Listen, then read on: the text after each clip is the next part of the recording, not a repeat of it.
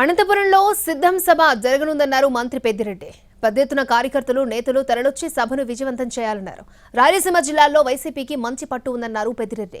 ఈ ఎన్నికల్లో రాయలసీమ జిల్లాల్లోని 50 స్థానాల్లో విజయం సాధించాలన్నారు.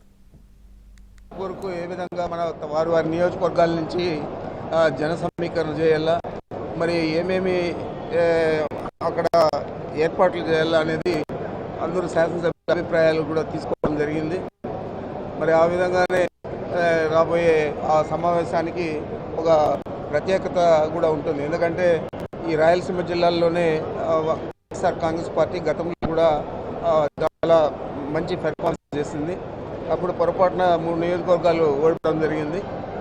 ఇప్పుడు ఆ 3 నియోజకవర్గాలు కూడా గెలవాల. మొత్తము 50 స్థానాలలో సత్యవేడతో కలిపి 50 స్థానాలలో అన్నింటిలో కూడా గెలవాలని చెప్పి మనం దానికి సమాయత్తం కావాలని చెప్పి అది ఎన్నికల కేడర్ సమావేశమైనా కూడా ఎన్నికలకు సమాయత్తం అయ్యే విధంగా ఆ సమావేశాన్ని మనం జరుపుకోబోతున్నాం.